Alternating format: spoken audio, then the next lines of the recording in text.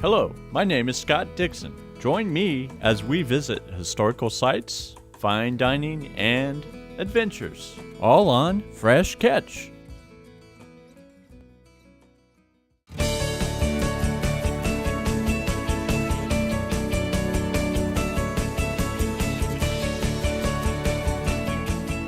Today on Fresh Catch, we're in Monterey, California, walking down the street that John Steinbeck made famous in his novel Cannery Row. Ocean Boulevard was later changed to the street we now know as Cannery Row. It is mostly known for its sardine factories, which at their peak were the most successful in the world because of the cold, nutrient-filled waters that flow into the Monterey Canyon. The canneries began to fail in the mid-1950s as a result of overfishing. Today along Cannery Row you'll find shopping, as well as famous restaurants like Bubba Gump's and a scenic view of the bay.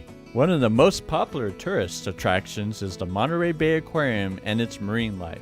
Amongst the tourist sites is where you'll find the freshest seafood straight from the bay. And you can't get any fresher than this Dungeness crab. In order to assure the freshest catch, you have to get up early in the morning. Captain Dion and his crew begin their day by loading the Jordan II with equipment and, most importantly, fresh bait. Let's go meet the captain. Good morning, Captain Dion. Good morning, Scott. I appreciate you taking us out today. Hopefully we'll get some good crab, huh? I hope so, but it's been a big storm. You never know. Once settled, we boarded the Jordan II and shoved off, headed for the open sea. Before we get too far out, the captain and shipmate lower the side A-frame poles to help balance the ship. Then it's time to pick up some speed. So Captain Dion, rumor has it that nobody knows the exact depth of Monterey Bay. Yeah, if we went out there about 3 miles, you would hit, and it would just drop off drastically. Yeah. And I don't know if they can mark it. You know, my fish finder doesn't go that deep. But it's deeper than, I think it goes 5,000 feet. It's deeper than that. Wow. So right now we're looking for some buoys here that's attached to crab, hopefully. There's a storm a couple days ago, and so the buoys have been displaced. So when you drop a pod, you normally come back in here and mark the location? Or? Yes. Okay. When I drop it and it hits the ground, we mark it, and then they're on there. You can see I have some lost pods. Normally they don't move, but sometimes they move. Seaweed will grab them. Seaweed will grab your buoy, and now that will pull your pods a long ways. Again, it'll just walk it across the ground. After searching for a couple hours, Jimmy's eagle eyes spotted our first buoy. I have a buoy coming up. Lucky we found one. At least I found one. It didn't move. The captain steers the ship close enough to the buoy to help Jimmy pull it in. He then heads to the rear to help out by grabbing the rope and attaching it to the pulley. The crab pods are brought up from the ocean floor 300 feet below. Much to the captain's disappointment, this was not a big catch. They quickly rebait, then throw the pod back into the ocean, and we're off to find the next pod. I don't know how that pod only had one crab. That's really bad. That's bad. So you normally bait up your pods and let them soak for a couple days, or what's the process there? Yeah, and then when you pull the pods, you rebait it again. And then you go back every few days. Every few days. Unless the weather comes up like this time. So what kind of baiting do you normally put in there? Anchovies, squid, sardines. How many people do you normally run with your boat on the crew? Usually I bring 3, but if crabbing's really, really good, I'll bring 5 or 6 if I'm getting a lot. But the last bunch of trips we've been coming out here, get like 40 or 50 for the 5 or 6 pots I got. So I ain't getting none today. Frustration started to build as we went hours without finding any more buoys. I'm gonna stop and look around, okay? This is just not possible. Uh-oh, and get out the binoculars. It's not always easy catching that crab. It can be a little tricky. We continued looking until finally our long hours of searching paid off. We have another buoy coming up here, looks like. And it moved a lot. Due to the recent storm, Captain Dion has lost 6 of his pods. We found this pod a half a mile from where it was originally placed. Fortunately, we were able to locate it, and it turned out to be the biggest catch of the day.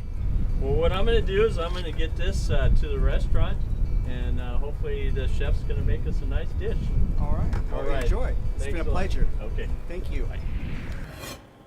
Good afternoon, Chef. Hey, Scott. We've got that live crab. Just got off the boat. Very lively. Yes, they look a little upset.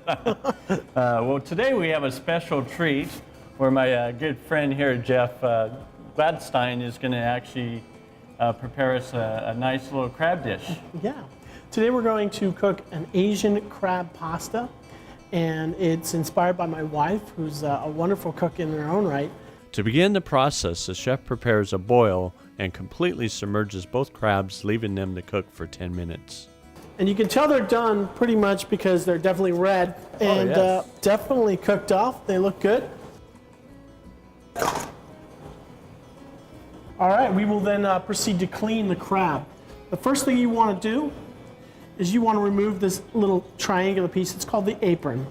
Oh, nice. After that, we can basically remove the back part. Okay.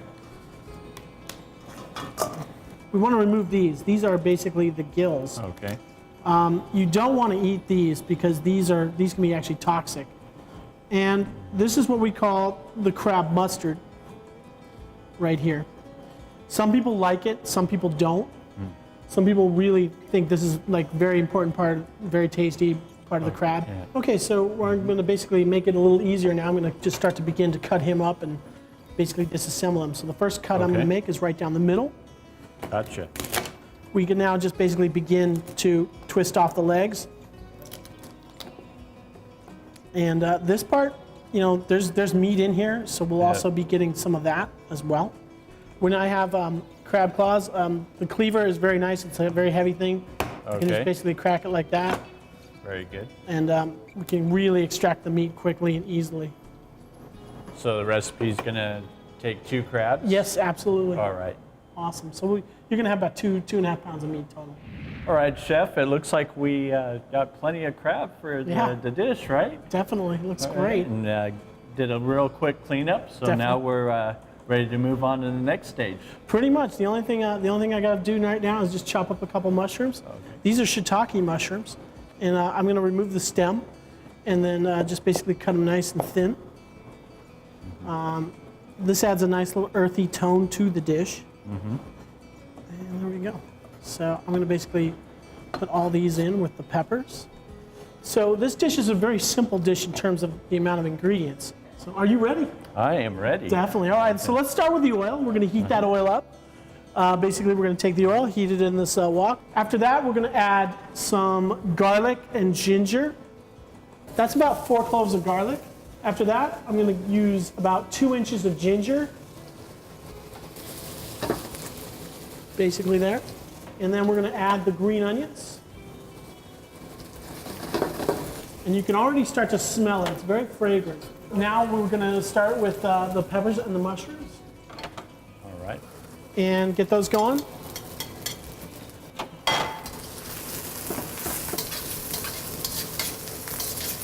So as you can, you definitely smell the ginger and the garlic. So then we're going to add the liquid ingredients. And first we're going to add the poaching liquid with the cornstarch. So Scott, can you hand that over to me? Absolutely. Awesome. There you go. Thank you very much. Stir this up just a bit, just to make sure that the cornstarch is definitely mixed up thoroughly. And we're going to add that up. That's going to thicken that up a little bit? Yeah, definitely. It's going to thicken up. Here you go. Okay. Thank you so much. Get that going. Bring that up to a boil, and you'll start to see it thicken. Okay, can you hand me over the Shaoxing wine? Absolutely. Okay, Shaoxing wine is a Chinese rice wine. If you don't have that, you can just use sherry or Madeira or something like that. And here you go, you get a nice little boil going. We're gonna add that. It'll start to thicken up a little bit as the starches begin to gelatinize, and that's activated pretty much by the temperature. All right, can you hand me the soy sauce? This is about 2 teaspoons of soy sauce that we're gonna add. And it's primarily just for a little bit of color and maybe just a touch of Asian flair. So we're just gonna add that in there. Okay. All right. It's starting to come together nicely. The sauce is definitely starting to thickening. You can see the bubbles are starting to get larger. If you can do me a favor and bring me over the pasta. Oh, absolutely. Thank you, sir. There we go. Awesome. Okay, so be careful when you do the pasta. We're going to basically gently add it in, nice and slow. I'm using my tongs here. Okay. Okay, that'll be great. Thank you so much. All right.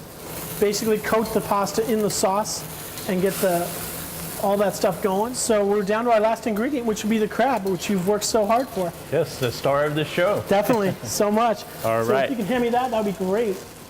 Sounds great. Awesome. Look at that. Well, that is a lot of nice, wonderful crab. All right, so we're going to just add the crab now. All right, if you can take that from me, that would be great. Yeah. All right. There we go. The crab is added, heated, and stirred for 3 to 4 minutes. Then the dish is plated and garnished with green onions and sesame seed oil. Well, finally to the time that we've been waiting for. Get to try this. Awesome. Yeah, the smells are just incredible. Mmm. You outdid yourself on this one for sure. Thank you. I'd basically serve this with a Riesling or a Gewürztraminer. Those are two nice wines that can handle ginger very nicely. Well, thank you, Chef. This was an absolutely delicious dish here. I'm sure everybody's going to enjoy it when they try it out. Thank you. I'm your host, Scott Dixon, and remember when dining out, always look for the fresh catch.